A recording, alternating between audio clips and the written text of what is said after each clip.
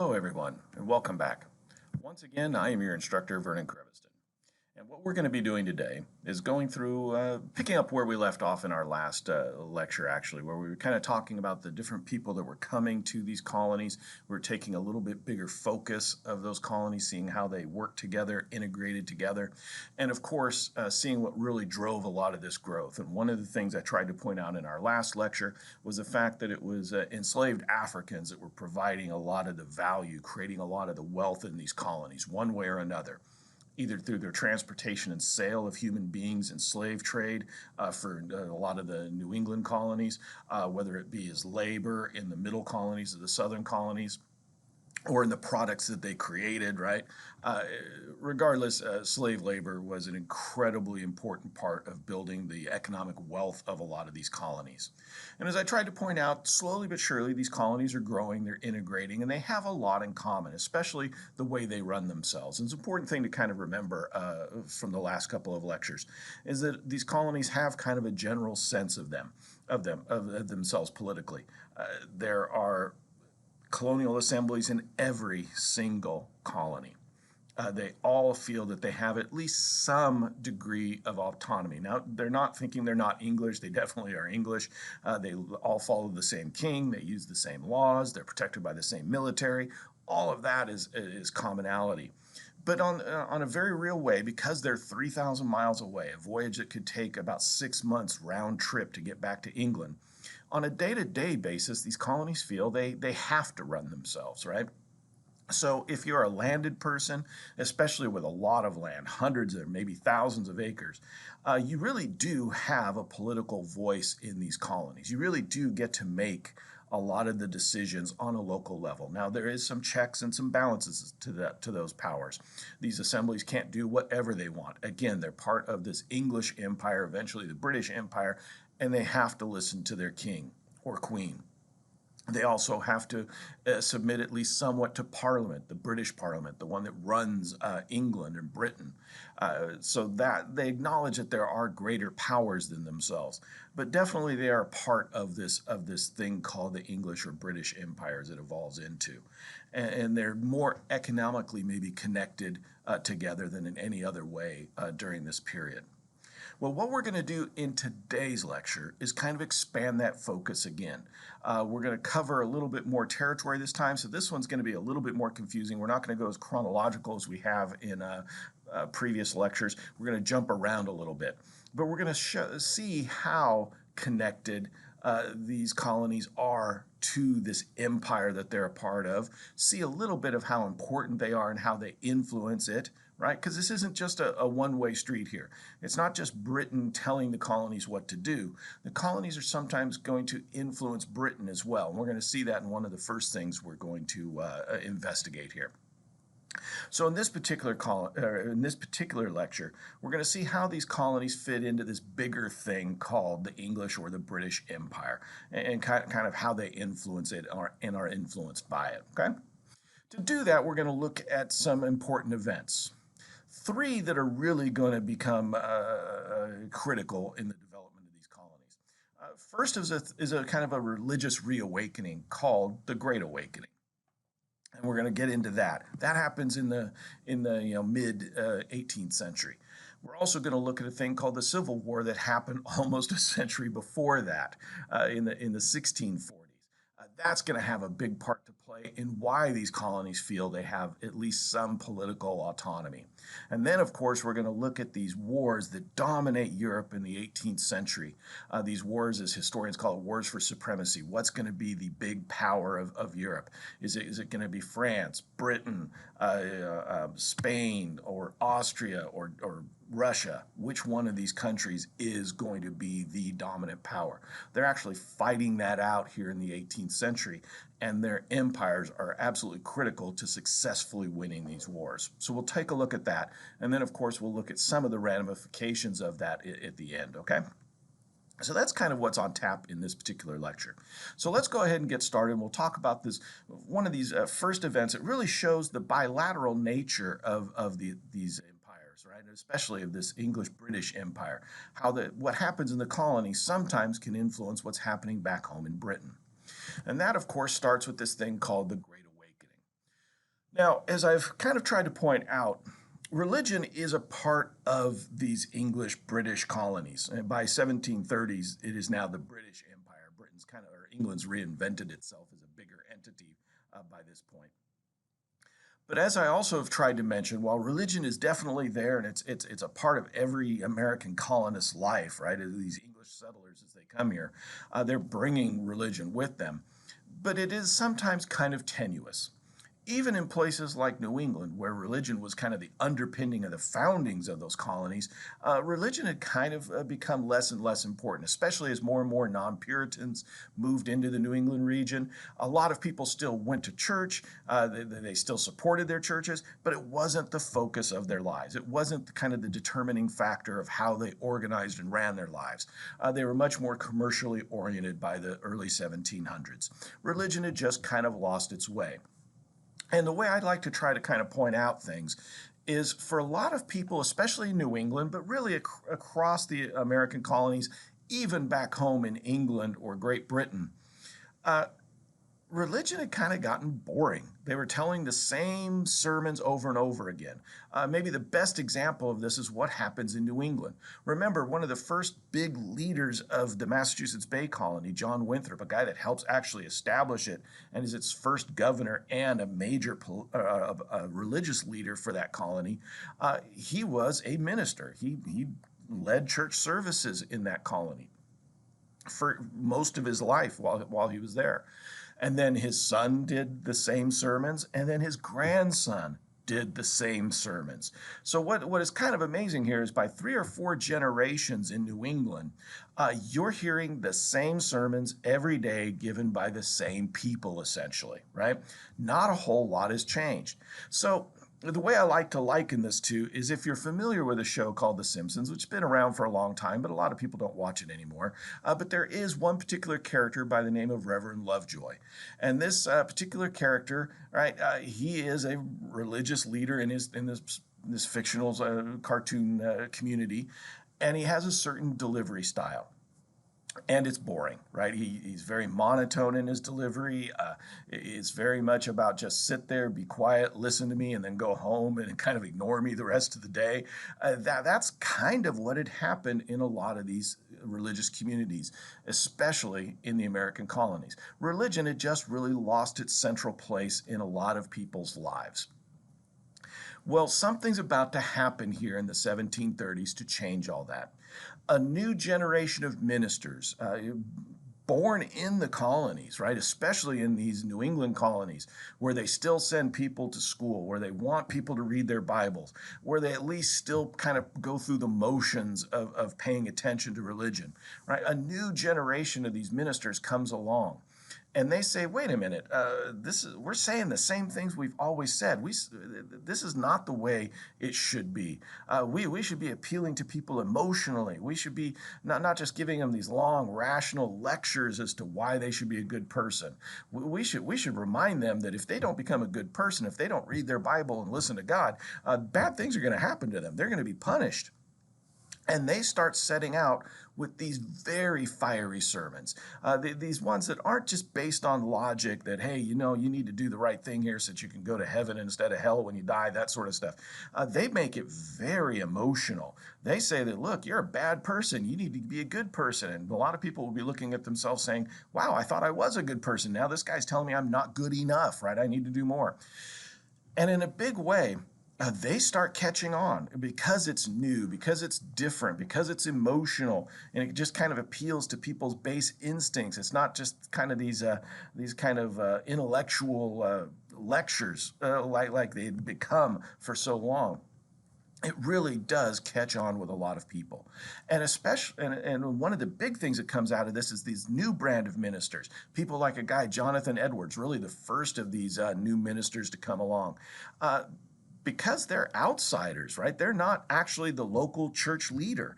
They come into these communities, and the local leaders would say, "Hey, look, I give the sermons here. This is my congregation. This is my community. I'm the religious leader." And they'll say, "Fine, you don't want me to give sermons in your church? I'll just hold services outside or in somebody's houses," and they attract huge crowds. Pretty soon, the established religious leaders, they're on the outs. Nobody's showing up to their services. Everybody wants to go to these new ministers, right? So we see something really big happening here, right? And again, this person, Jonathan Edwards, born and raised in the Massachusetts Bay Colony, went to school in the Massachusetts Bay Colony. He really does promote this, and he really symbolizes what's happening here in this thing called the Great Awakening. One of his first big sermons is called Sinners in the Hands of an Angry God. And it becomes so well known. He's asked to give this sermon over and over again that people start demanding it even when he can't come to deliver it. They start printing it in print shops, newspaper shops all across the country so people can buy that sermon, read it, and kind of get a feel for what this guy has to say to them. And in a very real way in this sermon, Jonathan Edwards tells people, you're not a good person. You may think you're a good person, you're not a good person. He hits them with what we would call fire and brimstone type speeches, right? That he tells them, look, you're going to go to hell, but you're not a good enough person. You have to go out of there and do good things. Just because your life is good doesn't mean God loves you. As a matter of fact, God's probably angry with you for not doing enough, not being a good enough person. So this guy, Jonathan Edwards, in his sermons really personalizes things. He puts the onus back on the individual, much like Puritans had back 100 years earlier in the 1620s and 30s, where they had said it's up to individuals to go out and fix things, make things better. Well, once again, that happens here in this Great Awakening. People are told you have to go out and do things. You have to be a better person. So some big challenges coming here, right? Especially to the establishment, right? These Puritan churches, whatever's left of them, right? They've just been kind of going through the motions. They start to become kind of irrelevant. People want people like Jonathan Edwards to come and give the sermons now, and they'll go anywhere to listen to these guys. Here's a kind of a artist rendering of what some of these sermons might have looked like. And again, they're often outside. They're often away from established churches because these ministers aren't allowed there. They're seen as kind of outsiders, as dangerous rabble-rousers by church leaders in these communities. But they're popular. As this artist is trying to point out, everybody is showing up to these things. You can kind of see that. On the right-hand side, you have kind of a working class guy holding up his ale. That's what the artist is trying to tell you that this is a working class person, kind of from the lower sorts, right? On the left-hand side, you have some maybe wealthy merchants that have come to listen to this person. And throughout it, you have the entire community there. You have children, you have women, you have men. Everybody comes, many of them moved by the passion that these ministers have, that they make it so real and tangible as to what you're supposed to do and how you're supposed to do it. So these things take off here, right? And what's amazing is what starts in New England starts spreading throughout the colonies. Pretty soon you have ministers like Jonathan Edwards popping up all throughout New England. Then they're in the middle colonies, even going down into the southern colonies, places like Virginia that did have religion, but it wasn't very central. Suddenly, people in Virginia are going to these things, right? Because they have the time. The colonies have developed a lot down there, right? And these ministers, because they're used to not having churches, they're going around to countrysides, right? Bringing religion to people instead of making people go to where these houses of worship are, where these religions are established. So again, these ministers going around the colonies are incredibly popular and build up huge followings. But what's amazing here, and that's the part I really want to kind of point out here in today's lecture, is it doesn't just stay in the colonies. These merchants, the New England merchants, these tobacco growers, they have business in England, in Britain. They sail across the ocean all the time to deliver goods or to check on business interests. They're connected to this empire, and they start bringing news of these sermons with them. They bring those pamphlets of those famous sermons like Sinners in the Hands of Angry God, and they show it to people back home in Britain that they do business with, that they have maybe family connections to. And they say, hey, look at what's happening here. This is pretty exciting. We really like it. Do you have anything like that here? And what ends up happening is people in Britain also are kind of starved for this new form of religion, of Protestantism. And they really start catching on to it as well. It starts growing in Britain. So that is something to kind of keep in mind here. Things aren't just a one-way highway in this empire. Things don't just come from Britain to the colonies. Sometimes things go from the colonies to Britain. That is how interconnected they are. That is how close these colonies are to people back home in Great Britain, that they can share a lot of things, including religious experiences. And proof of this actually comes from maybe one of the most famous of these ministers, a person by the name of George Whitefield. Now, I know it's spelled Whitefield on the screen, but the English do not know how to pronounce their own language, and it's actually pronounced George Whitefield, right? So George Whitefield is a New England minister, and he has kind of caught on to what's happening in the colonies, and he's adopted it. And as a matter of fact, he's actually gotten better at it than Jonathan Edwards was. He is becoming the best of these ministers, giving these really emotional sermons. He starts becoming an incredibly popular figure there in Britain. And then he decides he wants to go on the road, so to speak. He starts traveling to the American colonies. In total, he's going to make 7 tours of the colonies during his lifetime. That's just how big this event becomes, this thing called the Great Awakening, and just how popular he himself is. And yes, in this picture on the right-hand side, that is a picture of George Whitefield. And yes, he is cross-eyed, right? He does have what we would today call a lazy eye. And what's amazing is it doesn't seem to affect anybody's opinion of him, right? They're not really just looking at him. They're listening to him. They're buying into that message that he's putting out there. One example of what happens on one of his trips to the colonies to show you just how big this event has become and how big Whitefield is in this event is the fact that when he goes to Philadelphia in 1741, I believe it is, he goes to Philadelphia, a town of maybe 20, 25,000 people, and he's going to have 30,000 people in attendance of one of his sermons. So that means people are coming from all over, right? Not everybody in Philadelphia is going to go to listen to him. There are people coming from neighboring colonies. There are people coming from hundreds of miles away, 3 or 4 colonies away, to come and see this guy. He is that big of a deal. It is that interesting to them. They want to do it. As a matter of fact, this event actually just shows us the power of Whitefield and the power of this movement, as a matter of fact. One of the people in Philadelphia that helped put together Whitefield's tour coming to Philadelphia and giving this sermon is a person by the name of Ben Franklin. He's an established figure in Philadelphia now. He's a big figure. He's a scientist now. He's a well-respected publisher. He has a newspaper. He's rising through the ranks rapidly here in the American colonies. And he decides a good thing for him and the city of Philadelphia is to bring this guy Whitefield there to get people to come in. That'll boost, the economy. People need places to stay. They'll go to restaurants. They'll hang out, right? It'll be good for business, so to speak. That's actually what Franklin sees here. He's not really interested in the religious message. Yeah, he's going to go to these sermons, but he doesn't really believe in this kind of deep-seated religiosity, right? A way to kind of think of Franklin is most historians kind of see him as what we would call agnostic. He's okay if there is a God, but it doesn't really affect his day-to-day life, right? And remember, as a boy, he's born in Boston, and he runs away essentially from Boston. He just sees it as too socially constraining, even though it is much more liberal than it had been maybe 2 or 3 generations earlier. So for Franklin, this is more of an economic issue than it is a religious issue, right? I mean, there is some religion there. He does go to church, but for Franklin, it is not the center of his life in any way, shape, or form.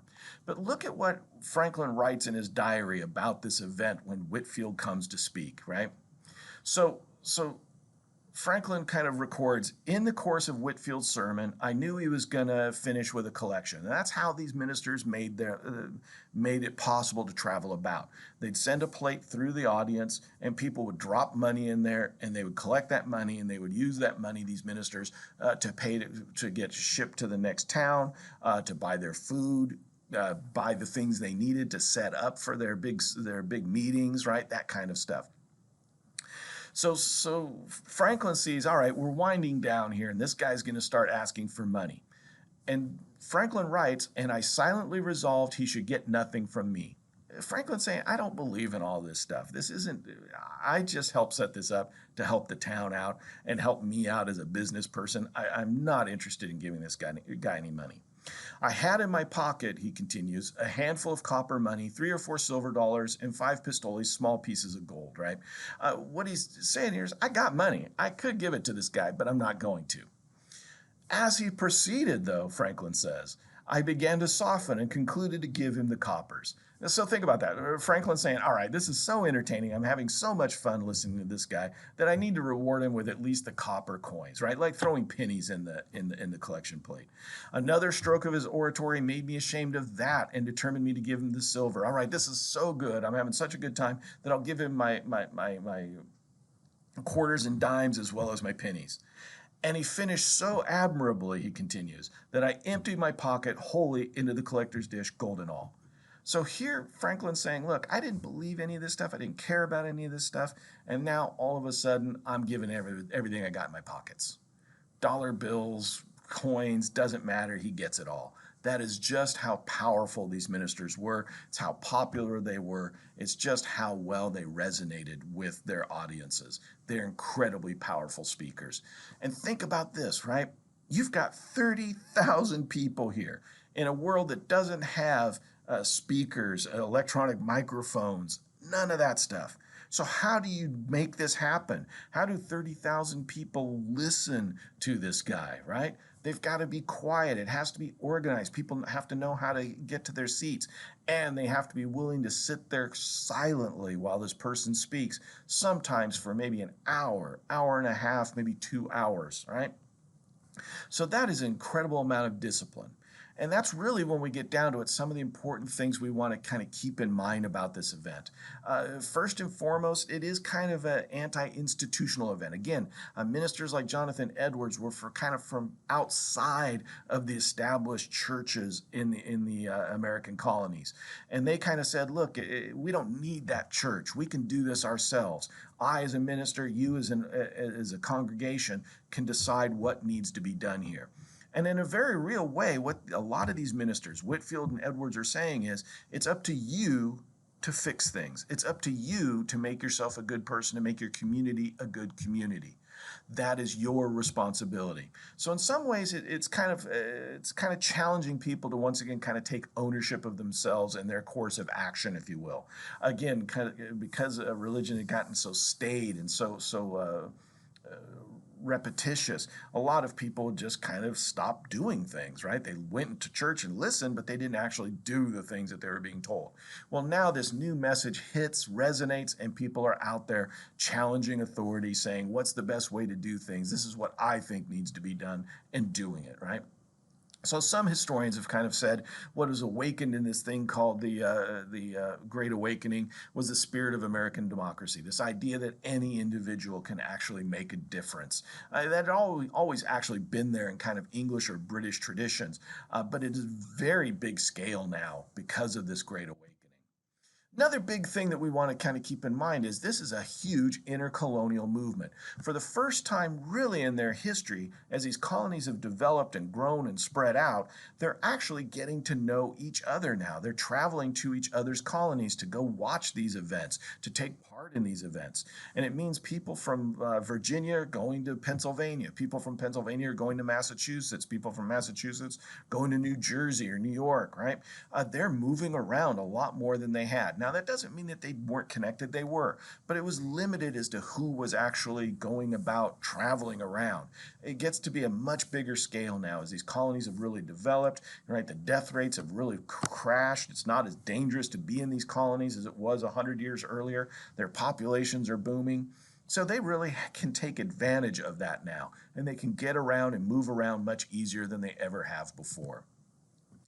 Also, another thing, as I was just mentioning about the Whitefield sermon in Philadelphia, being able to organize these big events where you have thousands of participants is an incredibly important skill to have. Being able to have these big meetings outside, know how to do them, that people know how to be patient and listen and wait their turn to speak, all of that kind of stuff is going to be incredibly important when it comes time to start opposing British policies and starting to oppose British rule during the American Revolution. They're going to use the same tactics they used to listen to George Whitefield to listen to people like Sam Adams or John Hancock or John Adams or Thomas Jefferson. They're going to kind of follow the same thing. Read the pamphlet, get this person to come and speak, have a big audience, decide if we like what we're hearing, and then do something about it, right? So you can kind of see the Great Awakening doesn't cause the American Revolution by any stretch of the imagination, but it's putting up a lot of tools in place that'll be needed during the revolution. The idea that individuals can take action, agency. The fact that they have contacts in other colonies now where they can say, hey, what do you think about this? I think this is a problem. What do you think? Yeah, I think so too. Let's do something about it. This idea that you can make a difference is very much a part of it. And the fact is, they know how to get people invested in it now. They know that if they give people a rousing emotional speech, that they can get people to move and take action. And that's a big deal, right? One last thing that I haven't mentioned, but it kind of goes back to what I was talking about in the last lecture. These ministers decide that, hey, look, we need to save everybody. We need to make sure everybody's a good Christian, including these people that we're forcing to come here and work for us, the enslaved population. So remember, in those slave laws that I keep coming back to, one of those laws said that even if you're black, even if you learn English and become a Christian, you can still be enslaved. That was different for Native Americans. If a Native American became a Christian and learned English and could prove that they were becoming English, they could gain their freedom. That wasn't true for African Americans. So a lot of African Americans had really held on to some of their cultural roots from Africa. Well, here in the 1730s and 40s, these ministers decide that while I'm down here in Virginia giving sermons, I'm also going to go to the enslaved population or any free blacks that are in the area. I want them to be good Christians too. So in a very real way, it's during this period that a lot of African Americans start adopting Christianity as their main religion.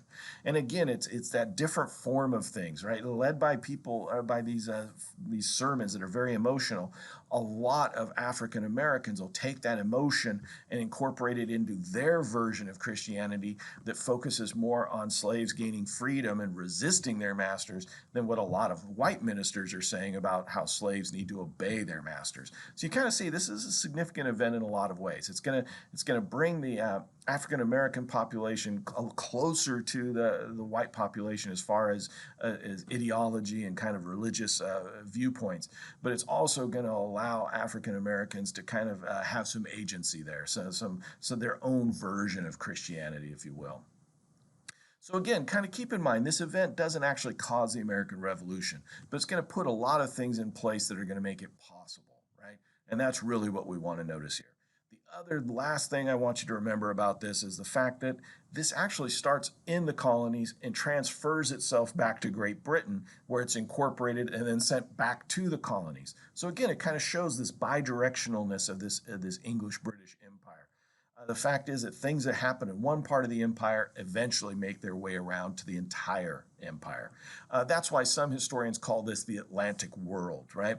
It revolves around the transport of people and goods across the Atlantic. They're very much integrated, not these little individual outposts that don't have much contact with each other. As this event shows, they're very, very interconnected. And this event shows just how interconnected they are. All right. So now let's change focus to something that happens before this Great Awakening, about 100 years before. It's another important event that kind of launches why people feel that they politically have some agency, why people feel that they have some control over their political lives, if you will. And to really kind of understand that, we have to go to a big event that takes place in the 1640s called the English Civil War. So, to explain this event, we have to go back even further, as a matter of fact, to a time called the medieval period, right? There is an important event that takes place in the year 1215. And what I would like you to do is just stop the video for a second and look up the year 1215 and find out what was important that year. What happened that mattered so much that year? So I'm going to stop for a second, give you a chance to stop the video and go look that up and then come back to me, okay?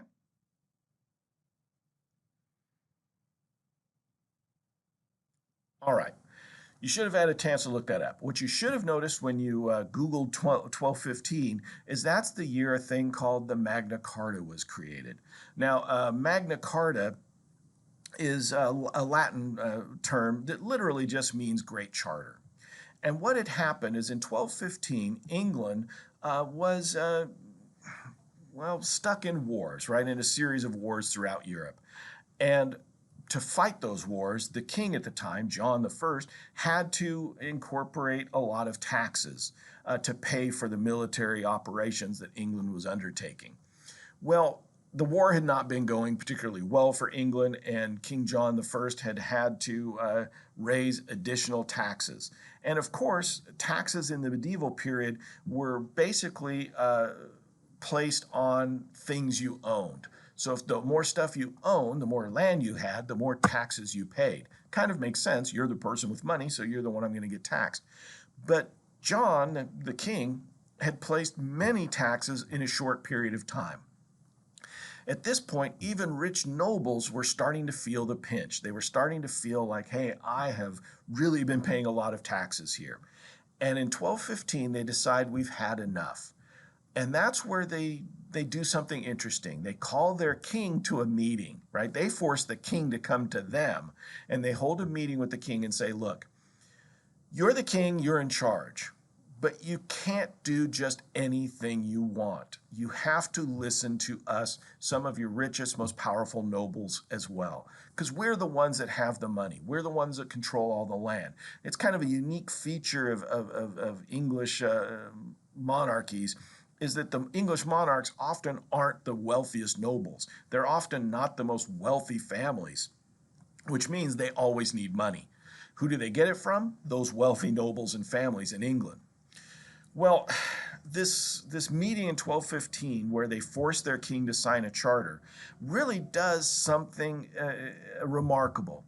It says that the king can't just pass taxes anytime he wants, that the king is not all powerful, that he actually has to ask these nobles for some advice, for some buy-in, for approval. And that is actually limiting the power of the king.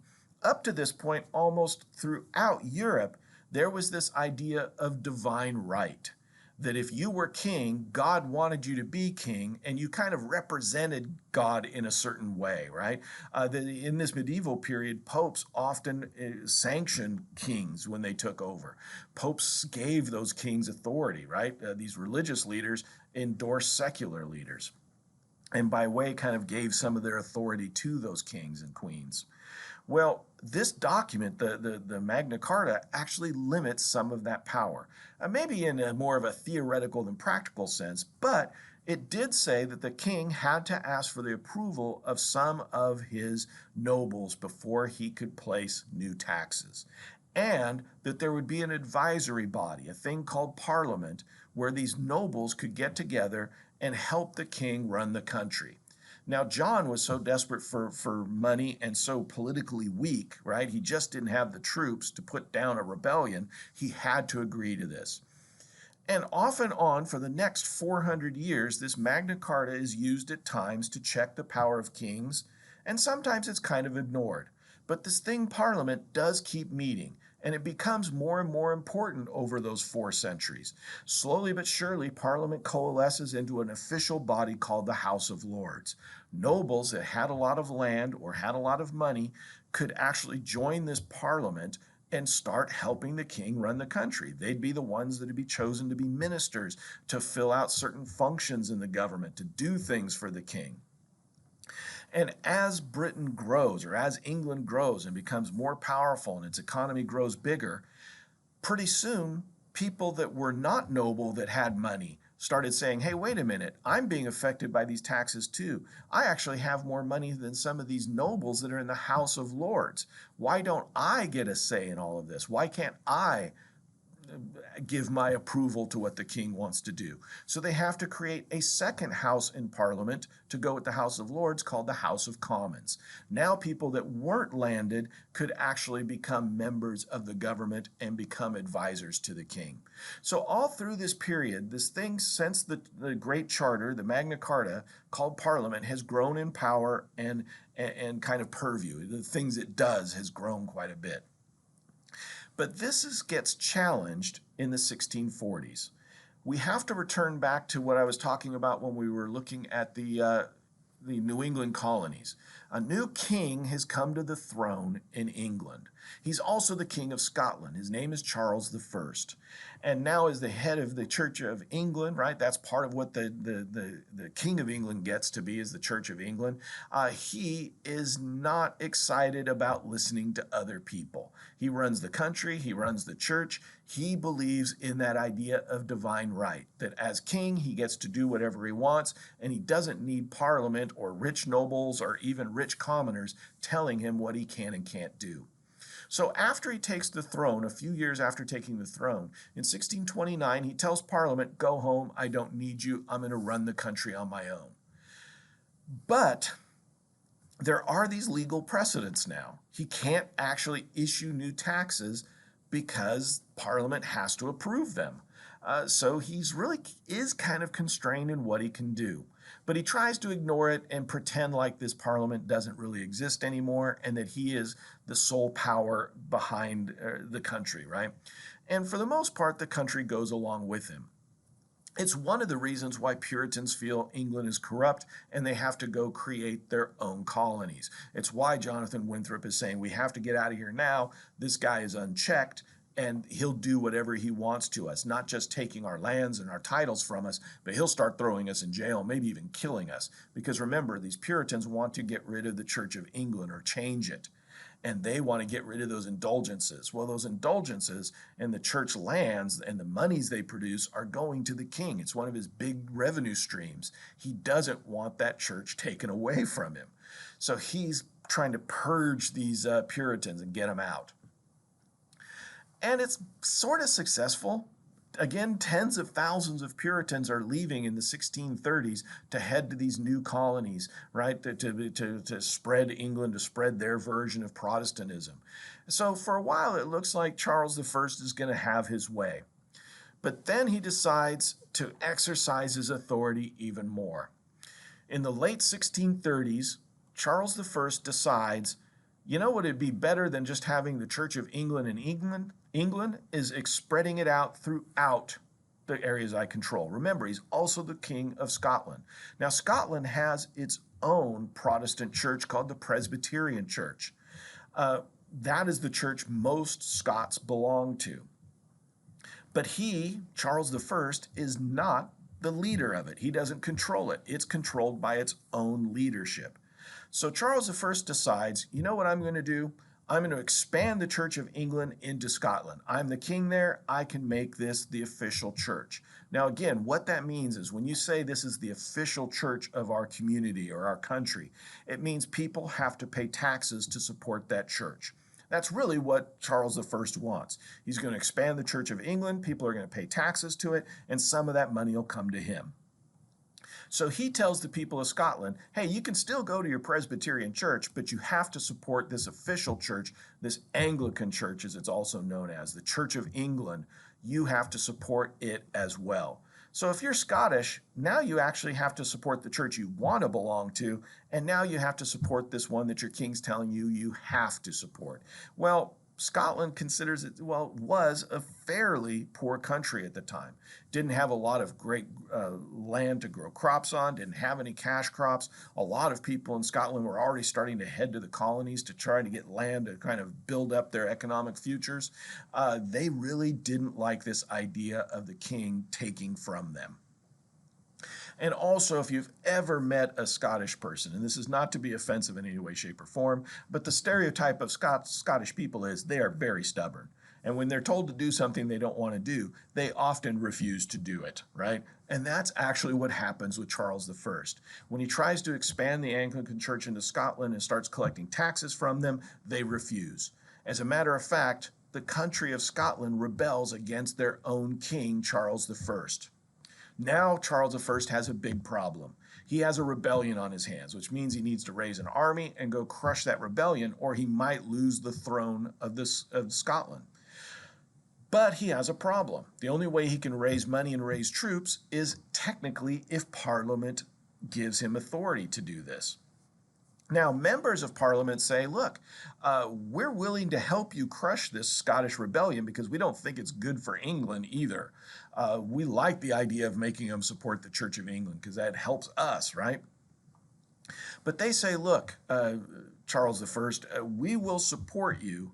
We will help get you the money you need to crush this rebellion, but you have to let us do our job again. You have to let us meet. You have to let us advise you, appoint ministers to positions in the government again. You have to let us work with you.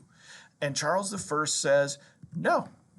He sends loyalists out, people that support him, out to arrest the 5 most powerful members of Parliament. And really, when that happens, members of Parliament, indeed the whole country of England, has to decide, what side are you on here? Can the king do whatever he wants, right or wrong, and you're going to support him? Or does even a king have limits on his power? Well, what we find is a lot of English people think, well, this Magna Carta has been around for a long time. We usually mostly follow it. And this king seems to be out of control. He seems to be going against those traditions. So what ends up happening is a civil war breaks out in England. On one side, you have people supporting Parliament. On the other, you have people supporting Charles I, the king, king right or wrong. And for the next 6 years or so, this country is rocked by this civil war. You have war in Scotland, you have war in Wales and England, right? The country is a mess. But one important thing happens here. All those Puritans that were leaving the country suddenly say, wait a minute, let's not leave. This is our chance to actually reform England, to fix it and make it better. A lot of Puritans decide to quit leaving and start taking sides. And they always choose the side of Parliament. One of these Puritan leaders is by the name of Oliver Cromwell. He is a very good kind of administrator. He's very meticulous and organized. And he actually helps organize the supporters of Parliament into a really powerful army.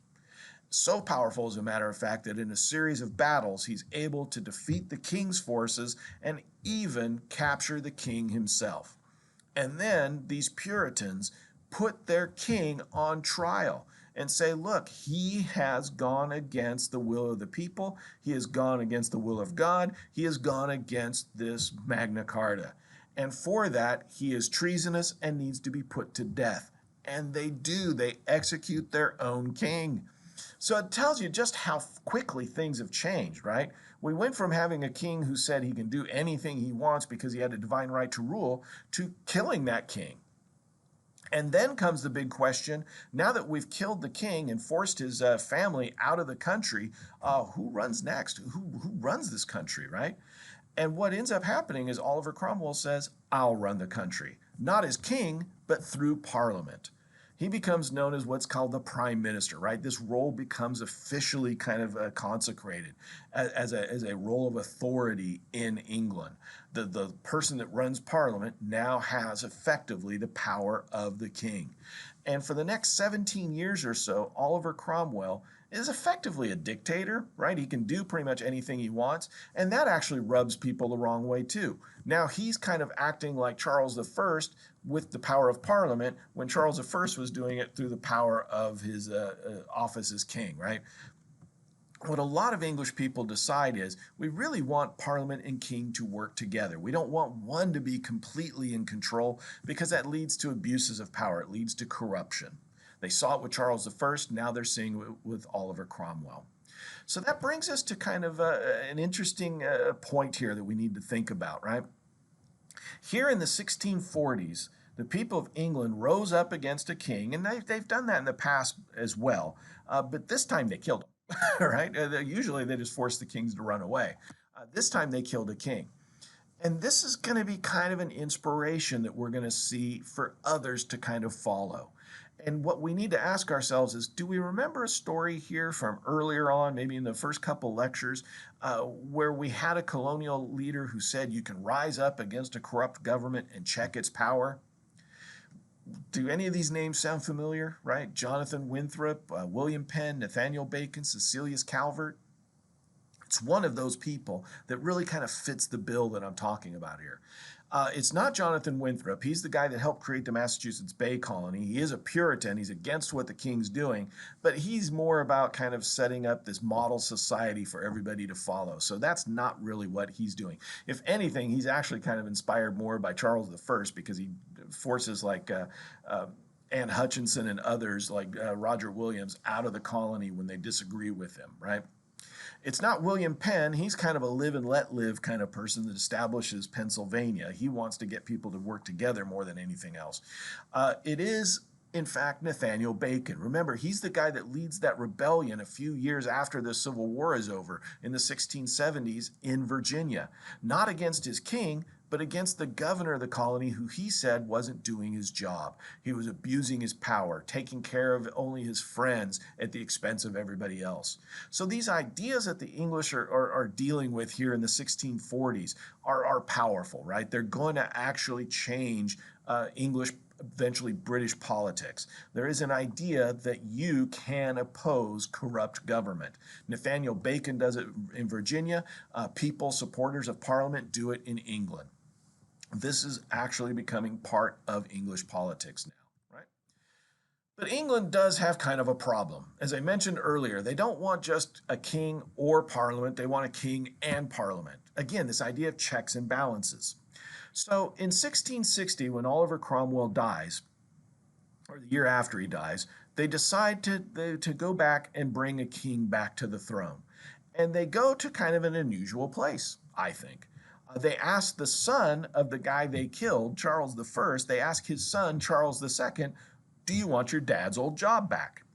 Members of Parliament go to Charles II, who's living in exile with his younger brother and their mother in France, and ask him, do you want to come back and become King of England? Now, they do make him kind of agree to a few things. They do ask him to not take retribution on everybody that fought against his father and executed his father. He agrees to say, all right, I won't take retribution on the country, but the people that actually physically killed my father need to pay a price, right? They shouldn't have executed the king. They should have held him in jail and just dealt with it that way.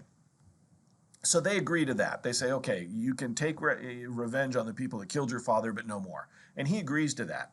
He also agrees to meet with Parliament and listen to Parliament. So again, we have this kind of relationship reestablished. That Parliament has a role in the English government, the king has a role in the English government. And he comes to the throne. And for the next 20 years or so, Charles II is going to be seen as a very popular king, as doing things the right way, working with Parliament to run the country for the benefit of the country. He becomes incredibly popular. He is not going to be his father. But he does have some problems. And one of the things he has to do is get hold of this empire that England now has. It is now growing. These colonies in New England are growing. Even the colonies in the Chesapeake are growing now. They have to decide, what are we doing with this empire? What's the point of it? How can we make it pay for itself? Because up to this point, nobody's really made a lot of money off these colonies. Remember, the Virginia companies out of business. The New England colonies were never even set up to be financially supportive, right, of England or the empire. So in the end, the king and Parliament have to decide, how can we get this empire to work more efficiently and to build up the wealth of the nation? So they pass a series of laws called the Navigation Acts here in the 1660s and early 1670s to try and do just that, to organize this empire and get it starting to make money for England, to make it viable, right? To make it a profitable business, if you will. So the first of these acts closes all trade that isn't on English ships within this empire.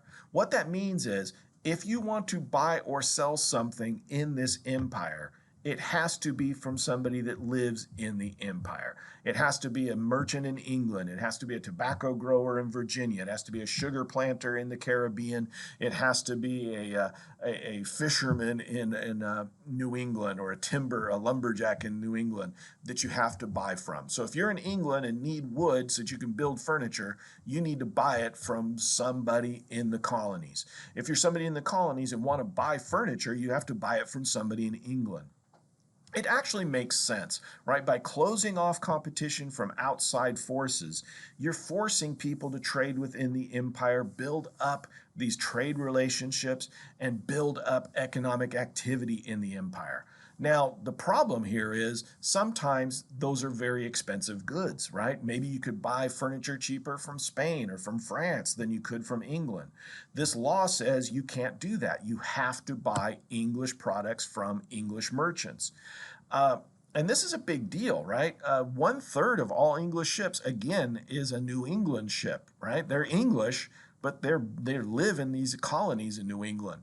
So by them sailing around to parts of England without competition from other countries, these merchants in New England are going to make a lot of money. They're going to be incredibly successful. But there are going to be times where they're going to say, hey, wait, we could get sugar cheaper from a Dutch island or a French island than we can from an English island.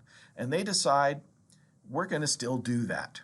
We're going to go ahead and go to some places that are cheaper, because there's a fatal flaw here in this act. While they say that you have to buy from English merchants, and it can only be transported on English ships, for something to be really powerful, to actually matter, for people to actually obey it, it has to be, well, what? What do you have to do to get people to follow these rules? Well, as I mentioned before, the purpose of these acts is to build up England's economy, right? But the fatal flaw here is they don't enforce these laws. There's no mechanism in the Navigation Act of 1660 that says who's going to make sure you're on an English ship transporting English goods. What ends up happening is a lot of people in England and in the colonies still sneak down to the Caribbean to buy cheaper French or Spanish sugar and pretend, relabel it as English sugar. They buy other goods, tobacco from Spanish colonies, and sell that as cheap English tobacco, right? They sell goods from other countries in the colonies that are actually from other countries, other empires. So in the end, this 1660 Navigation Act actually doesn't do what it's intended to do. It does some of the stimulation that Charles and Parliament want, but it doesn't do enough. So they come back with a second law, realizing that there was a failure for enforcement here. And the second law in 1663 says, okay, you have to send everything to England so we can check it, so we can make sure it's an English ship selling English goods. Now, this seems to be a smart plan, right? This is that mechanism of enforcement here. But once again, there's a problem. The reality is it takes about 6 weeks to get from the colonies to England. But a lot of the trade from the colonies doesn't actually go to England, it goes to other colonies. Foodstuffs from Pennsylvania and New York go down to the Caribbean. Tobacco from Virginia may go to England, but first they're going to go down to the Caribbean and trade wood or something else, or rice, to those planters in the Caribbean growing sugarcane. Then they're going to come back to Virginia, load up on some tobacco, and then they'll take across the ocean the tobacco and the sugar and whatever other goods they're going to sell. So you never actually go from one port to England and then to someplace else. It just doesn't make sense. It takes too long. There could be a lot of spoilage, a lot more chances for disaster to strike, storms to sink ships. And a lot of people ignore this because, again, there's no actual enforcement here, right? So in 1673, after about 15 years of these acts sort of doing their job, they decide to pass a third law to really make this system work, to actually enforce the things that need to happen. Uh, Keep in mind, up to this point, the only people that are actually limited by these laws are the people in England where the government is in a big way, where it can actually oversee all of this trade. People in England are paying taxes on English goods. People in England have to buy things from the colonies, raw goods from the colonies that are English. They're the ones that have to buy English manufactured goods, right? They don't have any options. Out in the colonies, they're finding ways around all of this. They're finding ways to go to whoever has the cheapest products and buy it from them. Paper from the Dutch, tea from the French, right? Whatever it might be. So here in 1673, they pass a third navigation act. This one is to actually bring government oversight to the colonies. What's going to happen is they're going to send out of England customs officials to make sure people are actually following these rules, that you're only buying and selling English goods and that they're only on English ships, that you're not allowing a French ship or a Portuguese ship into your town and buying their goods when you shouldn't be. But there's a flaw once again here.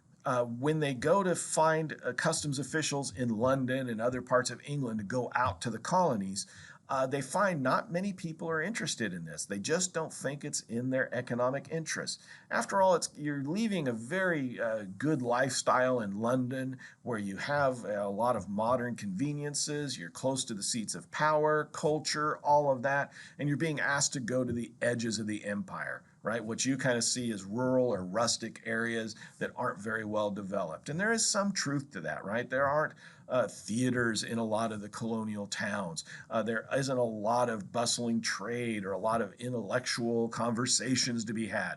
Most people are working pretty hard day to day to just kind of keep themselves going to build up their colonies. They don't have time or money for a lot of these extra services and goods that people in London, people in England are very used to. So not many people take the king up on his offer for these customs officials. In the end, the only people that really volunteer to do these jobs are the colonists themselves. Merchants in New York say, I'll become the customs official. Merchants in Boston and Philadelphia and other port cities say, I'll become the customs official. Now, that may seem kind of peculiar, right? Why would you agree to become the person enforcing the rules on yourself? But if you stop and think about it, it actually makes sense. Because if you're the customs official, you can decide when and how you're going to enforce these rules, right? And what ends up happening is these colonial customs officials almost never actually enforce anything, right? They know that when they're done being the official, the next guy will come in and not abuse that power just like they did it, so they leave each other alone. They sometimes have to enforce it. They have to make it look good sometimes. But for the most part, they kind of allow things to continue. What we would today call smuggling becomes a very normal part of colonial trade. You're buying and selling stuff from all over the Atlantic world, not just within the English Empire, but everywhere. So in the end, these navigation acts do help stimulate the English economy, but not nearly on the scale it could. And definitely these colonists are getting the better end of things. They're able to get all the benefits of being in the English Empire, selling all their goods to England when they want to, but also being able to buy from others because there's nobody really enforcing these laws. So they're able to buy the cheapest products they can and sell their products at the best prices they can. It actually helps build these colonies up quite a bit during this period. But that leads to this relative period of quiet does lead to another period of turmoil, however. When Charles II dies in the early 1680s, his younger brother, who is no longer a young person by any stretch of the imagination, right? I think he's almost 60 when he becomes king, James II, the younger son of Charles I, brother to Charles II, he becomes the new king of England. Now, at first, most people think that he's going to follow in his brother's footsteps. But quickly, it appears that he's more like his father than his brother. He starts talking about reorganizing things and putting himself kind of in charge of it all.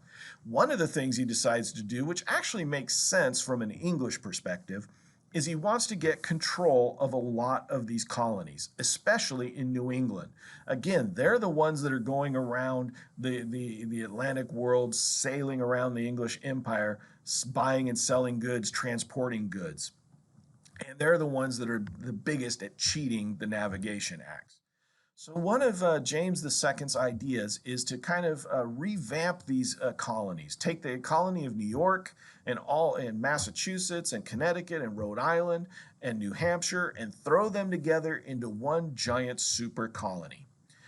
But don't let them control themselves. He's going to get rid of all of their colonial assemblies and put one guy in charge, his guy, a personal friend of his, as a matter of fact. That's the guy in the picture on the right-hand side here. His name is Sir Edmund Andros. He is an English noble.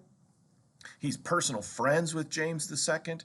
And now James II is asking him to take over this colony, or this new colony, create it, get rid of those colonial assemblies, make the Church of England the official church. Again, that's so tax revenue comes to him, James II, and then get these colonies to start following the rules, start collecting those taxes, make them actually help stimulate the economies.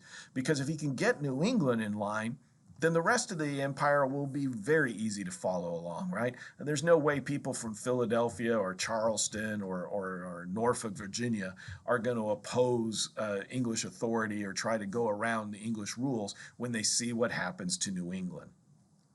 So a lot of this happens, right? People in New England are upset. They say, hey, look, wait a minute. We have a charter. We have a charter from your father that says we're in charge of our colony and can do what we want. And James II says, I don't care. This is what I'm going to do. What I want goes. And this starts scaring a lot of people, not just in the colonies, that a king can just do whatever he wants, but it's scaring people back home in England. And people at home in England get even more frightened when James II starts saying, I'm going to allow Catholics to do whatever they want. They can once again have religious freedom in England. That actually makes sense, giving Catholics in England religious freedom for the first time in 100 years. But it scares a lot of people, especially when James II starts appointing Catholics to ministerial posts in his government. That is actually against English law. And a lot of people see James II acting much like his father, Charles I. They're worried that they could have a new tyrant on their hands. So when James II starts saying things like, I'm going to dismiss Parliament, I'm going to run the country without Parliament, once again, there's this idea that we're going to have another civil war in England, that you're going to have to choose sides. And in 1688, it comes to that moment. But James II finds out he is not very popular. His brother was way more popular than he is, and his father was even more popular than he was. And his father lost this civil war in the 1640s. James II is actually forced to flee the country. He flees back to France, where he finds refuge. And that just convinces a lot of English people that he was really kind of a dangerous person. He ran away to a neighboring country when things were tough. Instead of staying here and taking his lumps and just kind of trying to appease people and make good with things, he just ran away, gave up his job. But this is an important moment here, what happens in 1688, when once again Protestants say, no, Catholics can't do whatever they want, they're dangerous, they're scary. James II running away to a Catholic country proves that he was maybe some kind of secret Catholic. He wasn't. It's just where he felt safe, where he'd grown up. But in the end, a lot of English people think, hey, look, we need to have a king that actually follows the rules.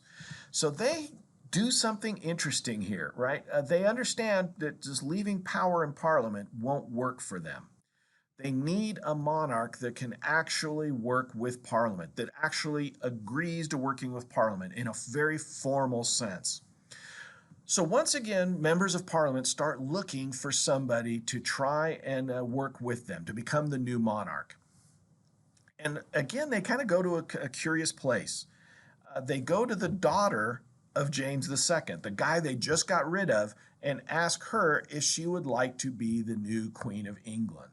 Now, she is English, but she doesn't live in England anymore. She actually is in the Netherlands. She's married the King of the Netherlands, or the leader of the Netherlands, William of Orange. And she says, essentially, that while she would love to come back home to England and become queen, she already has the duties of being the queen of the Netherlands. Well, what is surprising here is Parliament says that's not a deal breaker. We really don't care if you have a side gig, so to speak, right? You can be the Queen of England and the Queen of the Netherlands. That's fine for us. We just need you to agree to share power with Parliament. Work with Parliament, not against or over Parliament. Can you do that? She says, of course I can do that. And she says, but there is one last problem.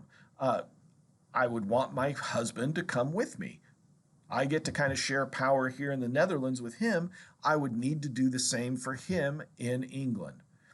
And the members of Parliament asked the King of the Netherlands, William of Orange, if he would be willing to work with Parliament, to defend Parliament against corruption, right? Against outside forces. Would he be willing to support Parliament? And what is amazing is William says, sure. I'd be more than happy to be the King of England. And there's a reason for this. The Netherlands are at war with France, a neighboring country. They are worried that they could be overwhelmed by France. By having their king, also the King of England, now they have all of England's resources to help defend the Netherlands. So this actually kind of works out across the board, right? The Netherlands gets the help it needs in its war with France. England gets monarchs who agree to follow the rules. They actually take an oath, a thing called the coronation oath, that says they guarantee to listen to Parliament, to allow Parliament to meet, and they will defend Protestantism against Catholicism. All the things that English people are very interested in. And when William and Mary come to the throne in a thing called the Glorious Revolution, where Parliament, by extension, the people of England actually go out and choose a king or a queen, it's seen as a big moment, right? They were able to get rid of one king and choose a new one without having to kill a lot of people. They didn't have to have a second civil war. It almost got to that point, but James II was so unpopular that it never actually happened, right? And in extension, the same thing happens in the colonies. The Catholic leadership in Maryland is overthrown and Protestants take over there. The super colony, the super colony of New England is broken back up into its constituent colonies of New York, Massachusetts, Rhode Island, Connecticut, and New Hampshire. And they reinstitute their assemblies, kind of regain control of themselves. So for a lot of people, this seems to be kind of the way things should be, that people have some kind of a local authority, that kings aren't all powerful, that they actually have to share power with some kind of representative body, right? The colonies have been doing it from almost the beginning, where they have governors and assemblies, and they're actually kind of modeled on the English model, right? Parliament and king. This is kind of reflected throughout English society now. But it also means that something is changing in England. England is going through kind of a reimagining of itself, kind of an identity crisis, if you will.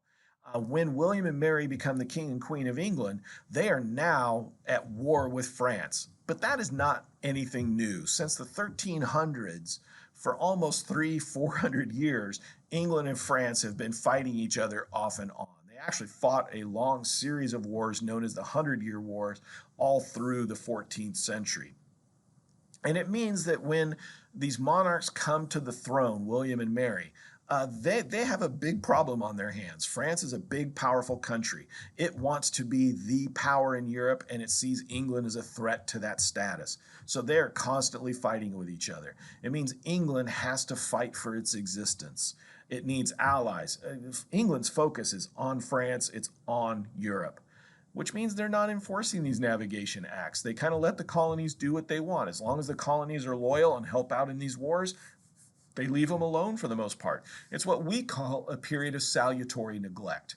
It's just they're being kind of ignored, these colonies, but not in a bad way. They're just kind of able to do what they want. As long as they support England, as long as they participate in these wars, which they do, these colonies are a part of this English empire, now the British Empire after 1707, they're left alone, and it kind of works out well. These colonies continue to thrive, their economies continue to build up, and they're able to help more and more in these wars with France.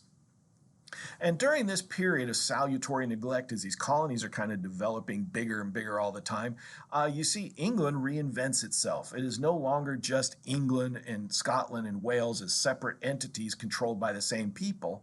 It now merges together into what we call the United Kingdom today, or Great Britain as it was known at the time.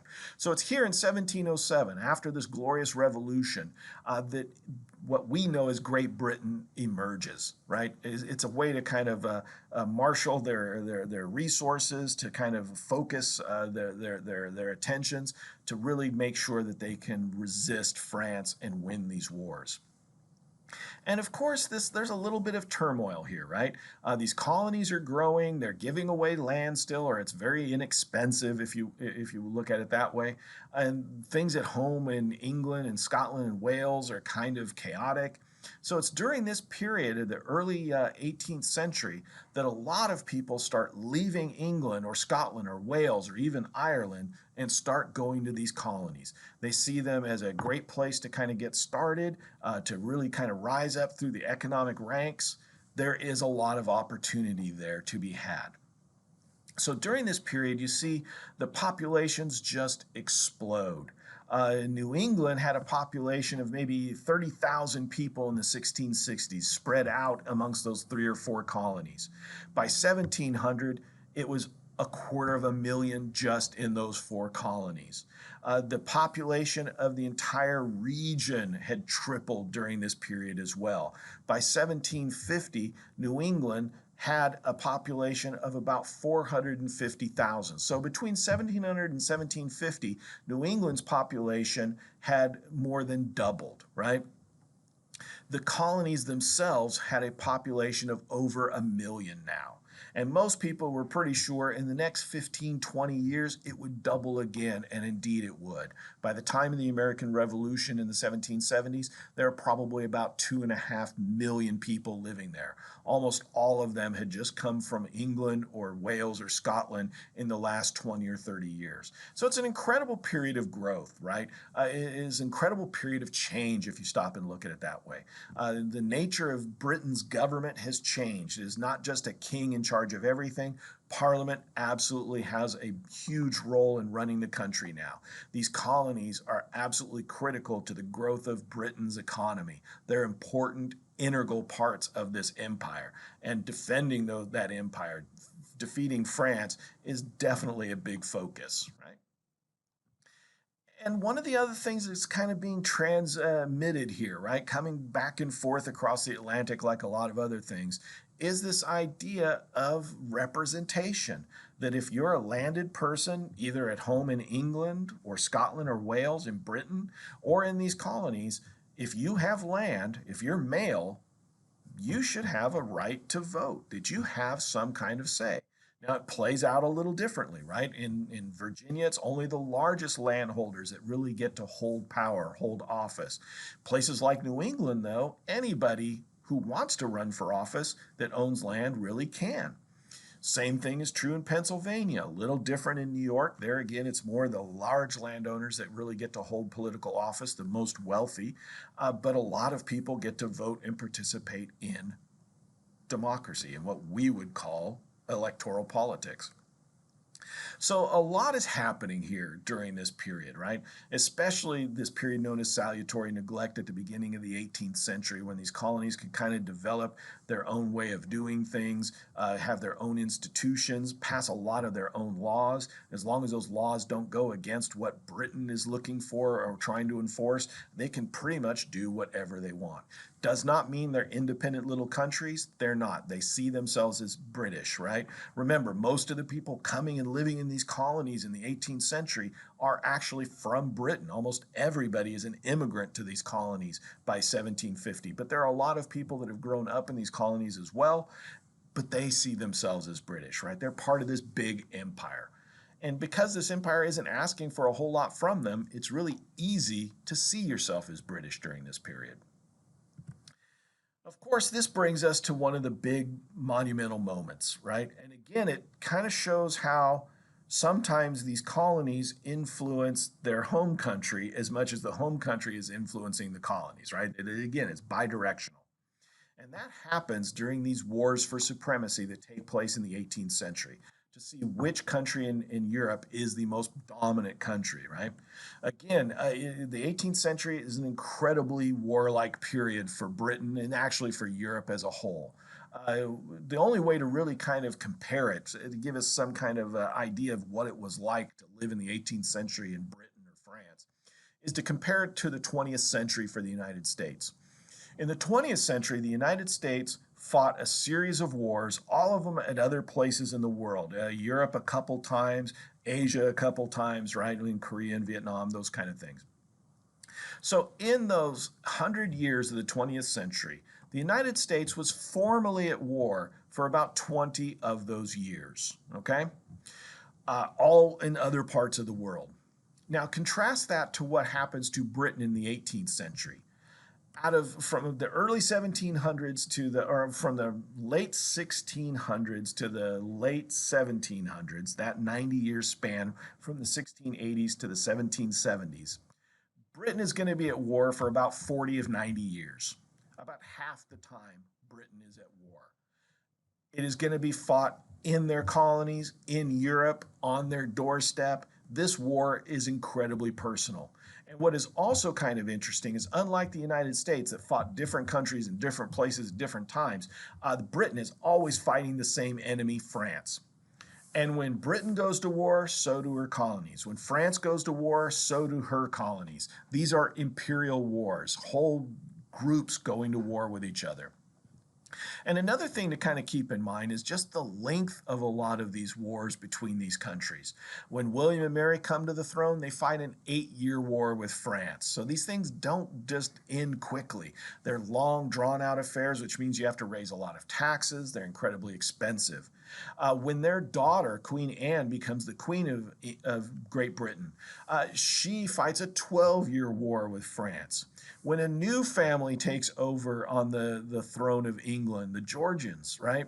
King George the First, King George the Second fights a 4-year war with France. That lasts almost as long as World War II does for the United States. So these are incredibly long, drawn-out affairs, and as you can kind of see, they're happening over and over, which tells us something else. They're not conclusive. Neither side, France nor Britain, is ever able to land a knockout blow to clearly kind of say, hey, we've won, we're the most powerful country in Europe. What ends up happening over and over again is most of these wars end up as a draw.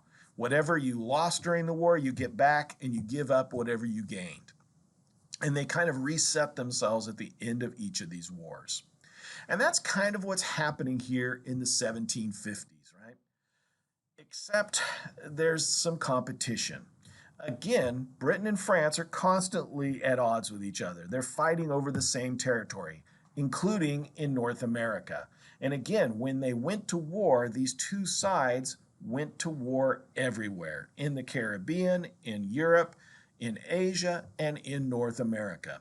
Keep in mind, their colonies are right next to each other. The British right along this eastern seaboard of what is now the United States, the French kind of controlling this interior area run by the St. Lawrence and Mississippi River systems. But also keep in mind, there aren't that many French colonists at this time. There's maybe 50, 60,000 French people in the 1750s living in this huge area. So how are they expecting to defend all that territory from these 1 million, maybe 2 million British colonists? Well, they have to rely on natives, right? They need natives to help support their empire, the French do. So that is kind of what's happening here. Whenever these empires go to war, the British and French, their colonies go to war too. Most American colonists, who are British, right, British colonists, they see the enemy as being over there, right across their borders from each other. And of course, by winning wars with France, you can gain more territory. Because who supports the natives against you? France does. They're allies. So in a very real way, British colonists living in the American colonies see the French and the natives as their enemies. They're the enemies back home in Europe. They're the enemies here in North America. And up to this point, while maybe these colonies have been able to gain a little bit of land, a little bit more territory over the last 100 years from Native Americans, it's been slow, it's been hard. And you know it's because the French support the natives that this has been happening. So in a very real way, the French are the enemy for everybody in the British Empire. They're a threat that needs to be dealt with. And here in the 1750s, that threat is becoming more and more real, pronounced. Because as people are pouring into these colonies, as they're getting more and more crowded, many people just want more cheap land. These colonies have been expanding westward since their very creation. Since the start of Jamestown in 1607, these colonies have been growing not just along the coast, but into the interior as well, pushing natives back, pushing natives back. And one thing to also keep in mind is when most of these colonies were started with their charters from English kings and queens, they almost always said the lands to the west were theirs as far as they want to go. So they're trying to expand westward all the time to accommodate all these new people coming in, to keep having cheap land for their colonists. But it's hard. You always have to fight the next native tribe, and that native tribe is always getting supplies from the French. So there's a huge amount of competition over this no man's land between the French, who live along the rivers really, and then the English colonies or British colonists who live along the seaboard, right? Who's going to control this vast interior? Both of them claim it. The French say it's theirs, the British colonists say it's theirs, and of course the natives say it's really ours, right? And the natives are pretty sure the only ones that are going to help them keep their land are the French. So into this intense competition, this is really crucible-like effect that's forcing these two groups to constantly be at odds with each other, comes an important moment. It's about 6 years after the last war in Europe was ended, once again an inconclusive war. And this competition over Western lands is going to show just how connected these colonies are to what's going on. In 1754, the colony of Virginia finds out that there are French soldiers in the western portions of their colony, in areas that they claim as theirs, that are building forts. And if these French soldiers are allowed to build these forts in these important riverways, they are going to effectively stop expansion to the west for the colony of Virginia, and really for New York and Pennsylvania and a bunch of other colonies as well. But Virginia says, look, this is our territory. We need to make sure the French don't take it from us. The territory we're looking at here is actually what is today western Pennsylvania, especially around the area known as Pittsburgh. The French are building a fort there, and the word gets to Virginia colonists, hey, the French are going to build a fort there, and if they do, we're never getting past it. It'll dominate the region. We won't be able to transport anything on the rivers. We'll be shut out of our own lands. So they decide to send an expedition to tell the French they're trespassing and to get them to quit building their fort and to leave. So in 1754, the House of Burgesses decides to send a military expedition, about 300 colonial troops, what we would kind of think of as the National Guard. They're not particularly well trained, they don't spend a lot of time with each other, but some of them do have experience fighting on the frontier, or at least using their weapons. So once they authorize this 300-man force, the next thing they of course need is somebody to lead it. And of course, it's assumed that it'll be one of their members of the House of Burgesses, these big, important families that have the most land, that are the wealthiest citizens of the colony. And one name in particular keeps coming up because he keeps pushing it. His name is George Washington. He's a 22-year-old kid at the time, really still very young, inexperienced, and he sees this as his opportunity for claim to fame, to rise up in the ranks of Virginia society and maybe, possibly, even get the attention of the British military, because what his number one goal is right now is to become an officer in the British Army and win fame and fortune. He really wants to be in the upper ends of British society. and he sees a military career as the easiest way for somebody like him to do that. He doesn't come from one of the richest families in Virginia or one of the biggest landowners in Virginia, but through an inheritance of his older brother's estate when his older brother dies and what his father left him, even though he was one of the younger children, he's been able to put together a pretty sizable holding, and he's looking at marrying a very wealthy widow as well. So for him, this will kind of solidify his place in Virginia society if he can get command of this expedition. And because he's seen as an up-and-coming person in Virginia politics, the House of Burgesses decides, yeah, let's send this kid out there. After all, when he was really young, a teenager, he was able to go out there and kind of explore the area as a surveyor, kind of seeing what lands were out there and where the rivers were. So he's kind of familiar with the area. It makes sense to put him in charge. Except it really doesn't. He has no military experience. He's never commanded men before. He's barely trained well enough to use his rifle and to give orders in the field. So what we kind of see is there's a bit of a recipe for disaster here. You have an inexperienced leader, you have a bunch of men that aren't used to working together, and you're going to be sent up against possibly hundreds of French troops that are well trained.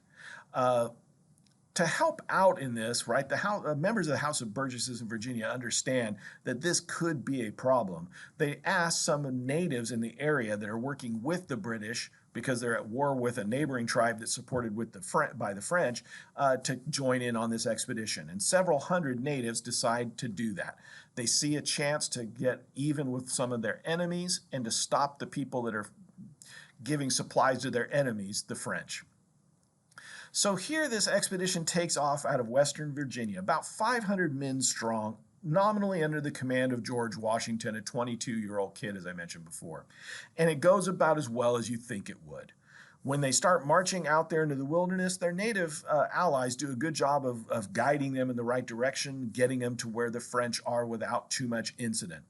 But when they find those French soldiers, really a patrol of French soldiers, about 30 or 40 or so with about 100 native allies, Washington and his force surround this smaller French force. And their native allies, the natives working with this expedition under Washington's command, see an opportunity when they capture all these people. They're going to wipe out their native enemies and any French soldiers and really strike a blow to their enemies. And they do. It becomes known as a massacre. Most of the French troops are killed. Most of the natives that were surrendering to Washington and his men are killed as well. Washington is completely ineffective here. He's not able to keep command of the natives under his command. He's not really able to communicate to the French because he doesn't speak French, so he can't protect them and find out what's going on here. He just sees his allies wiping everybody out. In the end, Washington and his men are able to keep a few French soldiers alive, but not many. Most either run away or are killed, along with the natives that are with the French. For Washington's native allies, this is a victory. They've done what they set out to do. They sent a message to the French to quit getting involved. They've sent a message to their enemies that they're going to hurt them, and they go home. Which means Washington and his men are now on their own. They've just participated, whether they meant to or not, in a massacre. French troops, Britain and France are not at war. There was no reason to kill anybody. His job was to just go out there and tell the French to leave. He was supposed to deliver a message, not kill anybody. In the end, as he and his men start heading home because they know they're in trouble, they're going to be overtaken by a French force who captures them. Now it's Washington that's in trouble. He's the one that might get wiped out. But the French commander knows that he doesn't want this to get out of control. He lets Washington and his men go on a pardon release, saying, promise not to fight anymore, and I'm going to let you go home. The hope here from the French commander's viewpoint is, hopefully this will calm things down. Our two sides will quit fighting. Nobody wants to go back to war again. We just got out of a war a few years ago. We need things to calm down, but they don't. The natives are fighting, and they're drawing their allies, the French and the British, into those fights. In the end, it just escalates all across the frontier. Pretty soon there's fighting up and down the colonial border between the French Empire and the British Empire in North America. The colonists start asking for help. Remember, part of being an empire is you get protection from the British Empire. They start asking for help. In the meantime, Washington, who's sent home kind of in disgrace, has to try and find a way to rehabilitate himself. He's failed miserably. He was supposed to go out and deliver a message to the French. Instead, he started an international incident. He helped launch a war. When he comes home, he has to admit that he failed, that he actually got captured. The only reason he's here is that he agreed to a pardon, that he said he would be on parole. He said he essentially would not fight for the next year. It looks really bad for Washington. He looks very incapable, because indeed he was. He failed kind of in this test of leadership as a 22-year-old kid. Not surprising. But in the meantime, things continue to escalate. What is really wild, however, is Britain says, we don't want to fight. We're tired right now. We just got out of a long war. We're still trying to pay that off. We don't want to go to war with France. And France is trying to gain control of their native allies, trying to keep them under control as well. But it's not working, right? The war is starting to escalate. British troops and French troops are starting to fight each other, mainly colonial troops on the British side. So in the end, the British government sends a kind of surprising message to their colonists. They say, why don't you guys fight this war yourself? Why don't you organize yourselves, raise your own troops, raise your own money, fight this war yourselves? We're really out of this. And if you stop and think about this, in essence, the British government is offering a form of independence, at least some kind of autonomy to her own colonies. Now, I think that the idea is they're still going to be British, they're still going to trade in the British Empire, all of that. But essentially saying, why don't you pull yourselves together, colonists, and deal with this problem yourself? You're going to have control over your own fate, at least on a local level. So the colonists actually do meet in Albany, New York. Ben Franklin himself comes up with a slogan, join or die, shown in the lower left-hand corner, saying that, look, we need to pull ourselves together here, all of these colonies that are developed, and really stand up against the French and their native allies, or we might get overrun. We're not going to get help from Britain. So these colonies meet in Albany and try to hash out a deal. They try to say, what would it look like for us to work together? What would it look like for us to put together an army to defend our colonies? And what they quickly decide is, it's not going to work. We don't trust each other enough. We don't like each other enough. Some of us are just not rich enough to actually pay for this. We want Britain to save us. We want Britain to send troops. In the end, they reject Britain's proposal and say, no, we're part of your empire. You have to come defend us. And indeed, the British are going to do that. Under the command of a person by the name of Edward Braddock, they're going to send about a 2,000-man army to Virginia. Its job is to go out there into the wilderness, teach the French and their native allies a lesson, and get this over with and done with as quickly as possible.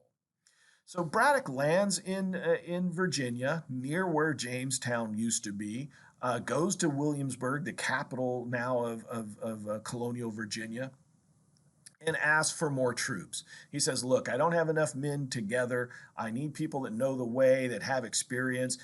Who can you give me here from this colony to help supplement my troops? Well, one of the persons that volunteers to join this expedition is a guy by the name of George Washington. He needs a chance to rehabilitate his image here.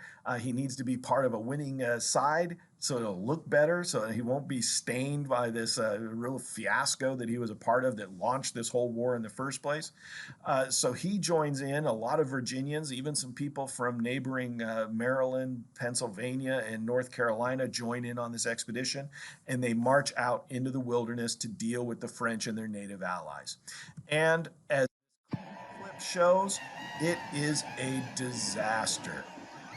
These British troops are marching out in the middle of nowhere, unfamiliar territory. A lot of their allies, especially these colonial troops, aren't very familiar with it either.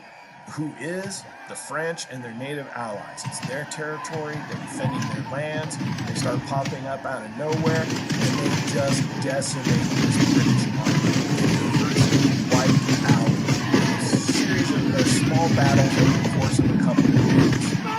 What ends up saving this particular expedition, however, is that young guy, George Washington. Because he's kind of been through this before, he kind of knows how to get home from here.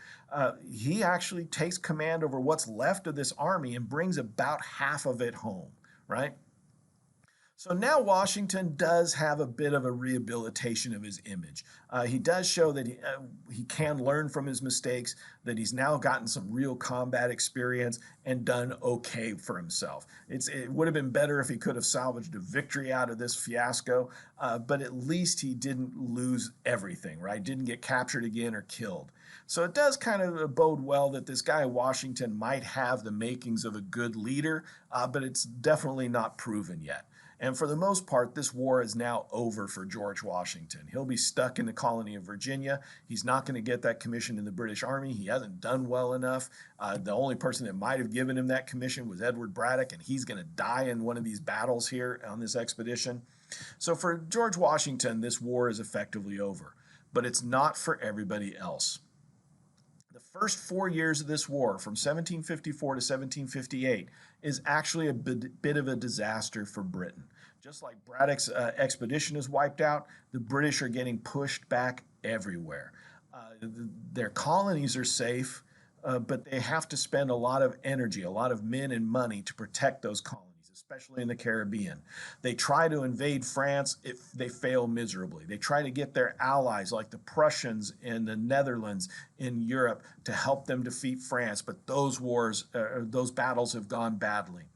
For the most part, by 1758, a lot of people at home in Britain are thinking we may lose this war. France might end up becoming the dominant power.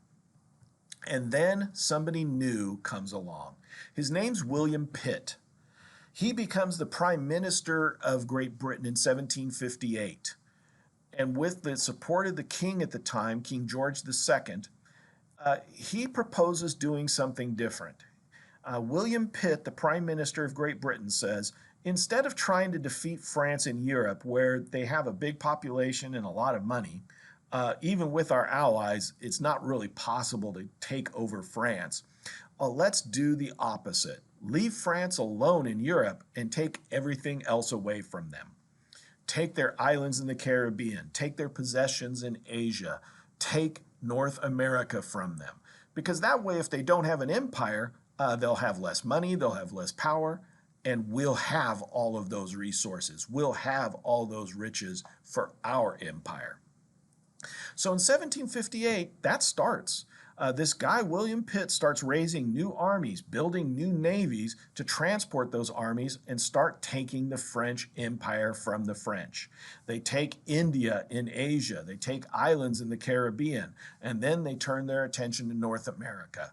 In 1758, they take important forts protecting French possessions in Louisbourg, Canada, was today Nova Scotia, and in Niagara, where Niagara Falls is today, near Toronto in Ontario, Canada. Those are taken, effectively splitting up French North America, separating the southern part of it from the Great Lakes to New Orleans, from the northern part of it, from Montreal and Quebec, to the eastern seaboard, right, to the ocean. And it also means it's going to be hard for the French to give their native allies the supplies they need. The British are starting to strangle the French Empire. By 1759, the British have taken a place called Lake Champlain. It's a lake that separates Vermont, New York, and Canada from each other.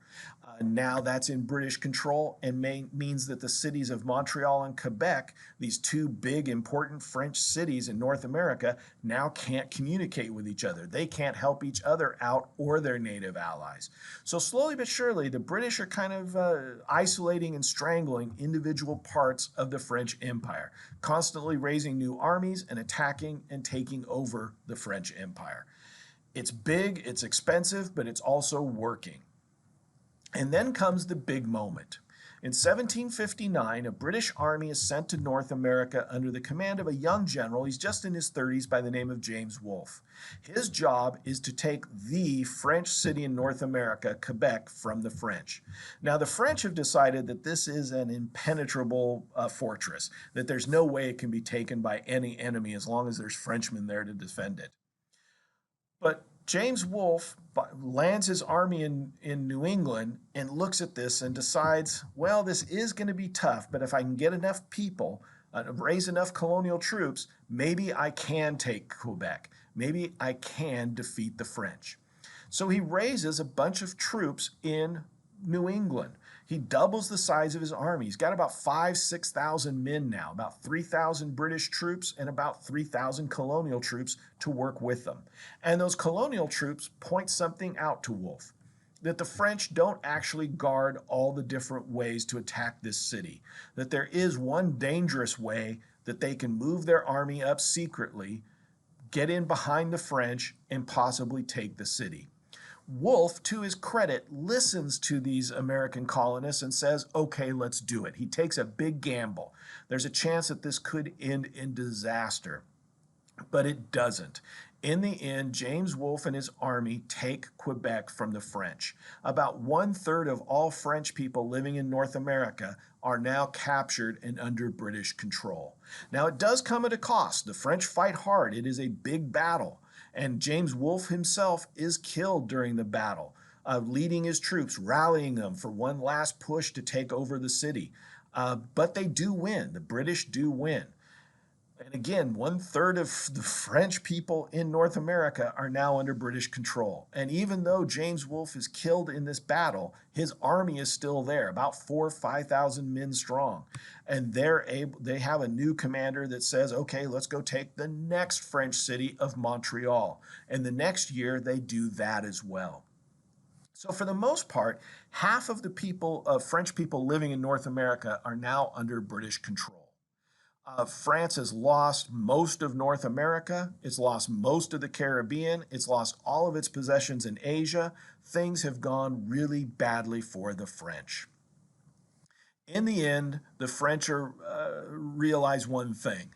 This war's over and they have just lost. A war that seemed to be theirs for the winning just a few years earlier, by 1760, has become a disaster for them. Even though France is protected in Europe, they've lost their empire. They've lost a lot of wealth and a lot of power. And it's all gone to their enemy, Britain, now. They realize they have to ask for peace. So in 1760, after the news of Montreal's loss to the British comes to France, they start asking for terms of peace. And in the end, it's going to happen, right? The French have to. When the British take what is today Nova Scotia, they make sure that the French can't send more troops to Montreal and Quebec. It's cut off. When they take Lake Champlain, Montreal and Quebec can't support each other anymore. When they take the western frontier of New York around what is today Niagara Falls, the French can't get help from their native allies. They are cut off. So in the end, William Pitt's plan actually works brilliantly, does exactly what he wanted to do. They tear apart the French Empire, and the French have to agree to surrender or to terms of peace, right? So in the end, the Treaty of Paris, it takes a few years to negotiate this out. So technically they're at war through 1761, 62, and into 1763. But there's not much fighting anymore. Both sides have kind of realized that this war is effectively over by 1760. But what this treaty does is it definitely ends the war. And this time there is a clear winner because not everything goes back to the way it was before this war. Britain takes Canada. North America, France's part of North America is now in British hands. Heck, Britain even takes part of another part of North America, Florida. Spain was one of France's allies in this war. And Spain, because it loses along with France, has to give up territory to Britain as well. So this war is really a disaster for France and its allies. It's a big victory for Britain and her allies, Netherlands and Prussia. both of those countries come out much stronger out of this war than France and France's allies. And there's a feeling that comes out of this war. This peace treaty is so one-sided compared to all the ones that came before it that a lot of people feel that it's definitive, right? That this is a defining moment, that we have won. The British Empire has beat the French Empire, and Britain is now supreme in Europe. Really, maybe across the world. Britain is now a worldwide empire. It hadn't been up to this point. It was concentrated in the Atlantic, but now it has possessions across the world. The British Empire is much bigger and more powerful than it has ever been before.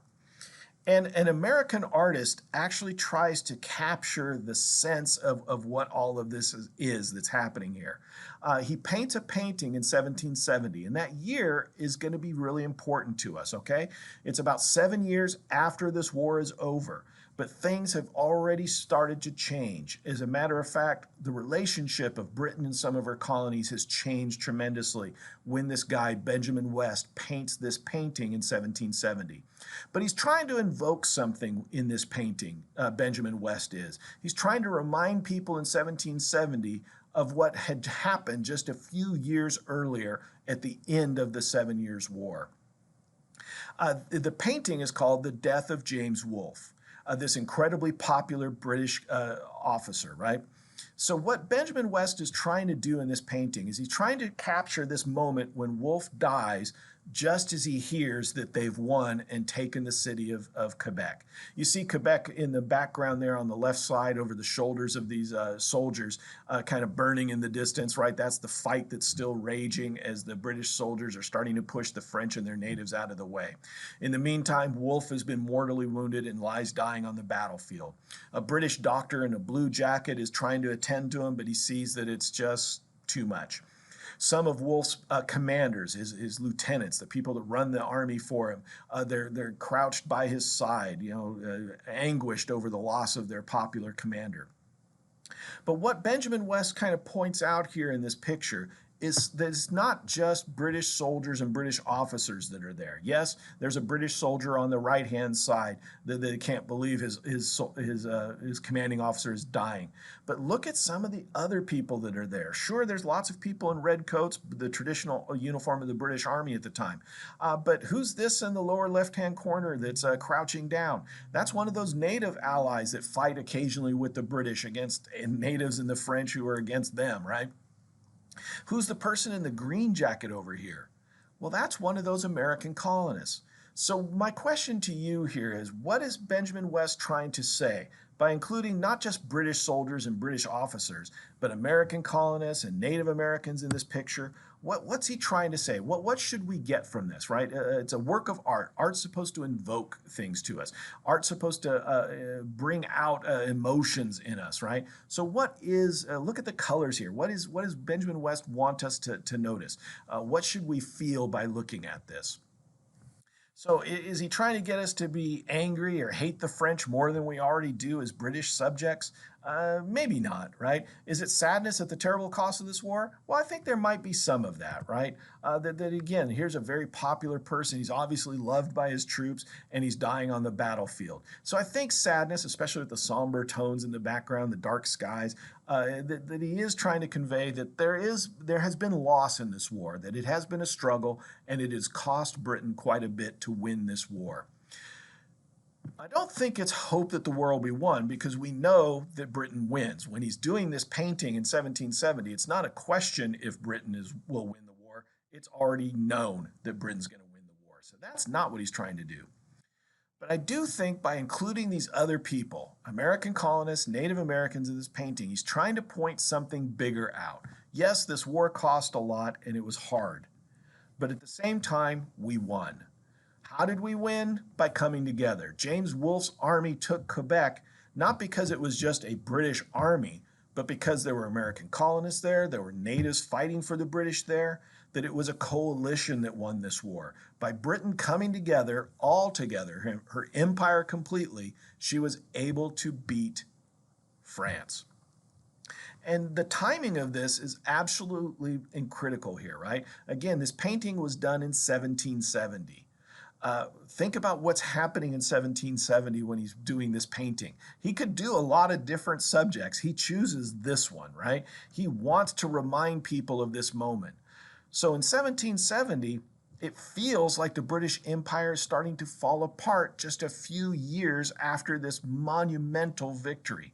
And Benjamin West is trying to remind people, hey, wait a minute, our empire is greater when we're together. When we work together, we can do amazing things. But if we don't pull it together, if we don't work together, if we don't see each other as ourselves, as one big empire, we could fall apart just like the French.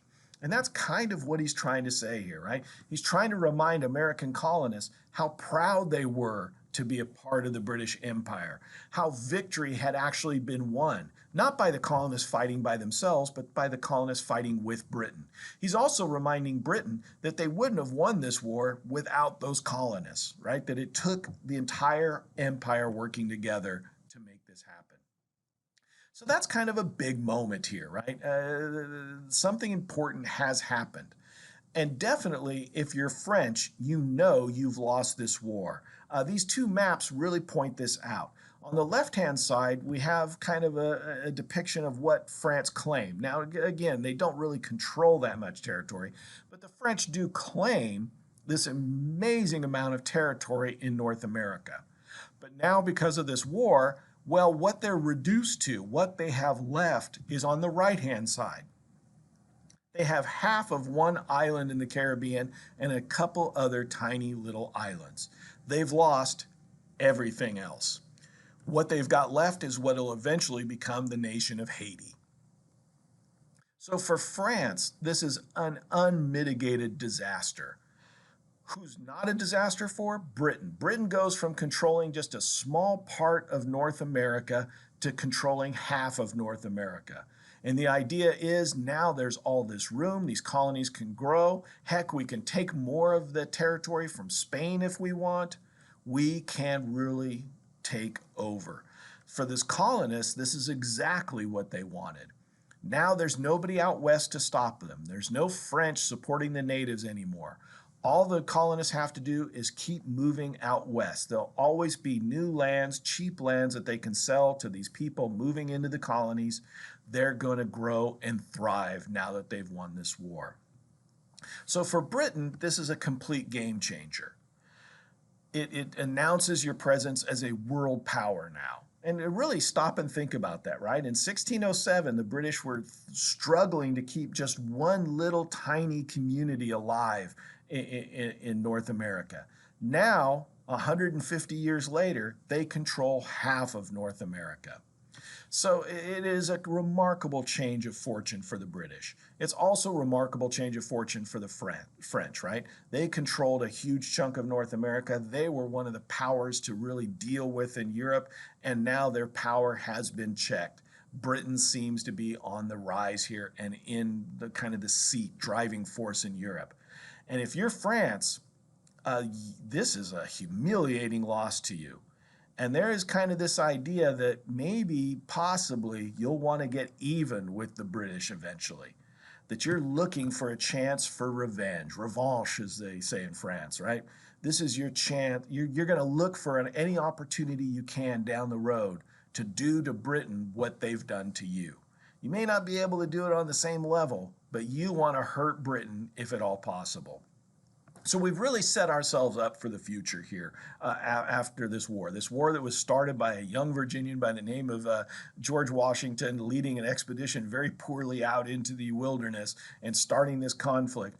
It has ended in a way nobody would have foreseen, with Britain as one of the great world powers now, and France struggling to kind of keep its place in the world. And both of them very kind of reimagined, if you will, right? Britain is a totally different empire now than it had been just 20 years earlier. France is a totally different country because it doesn't really have an empire anymore. It is definitely a European power now, but it is not a worldwide power like it was trying to be just 10, 20 years earlier. So some big things to think about as we move forward. We'll kind of pick it up from there next time. Thank you, and I'll see you then.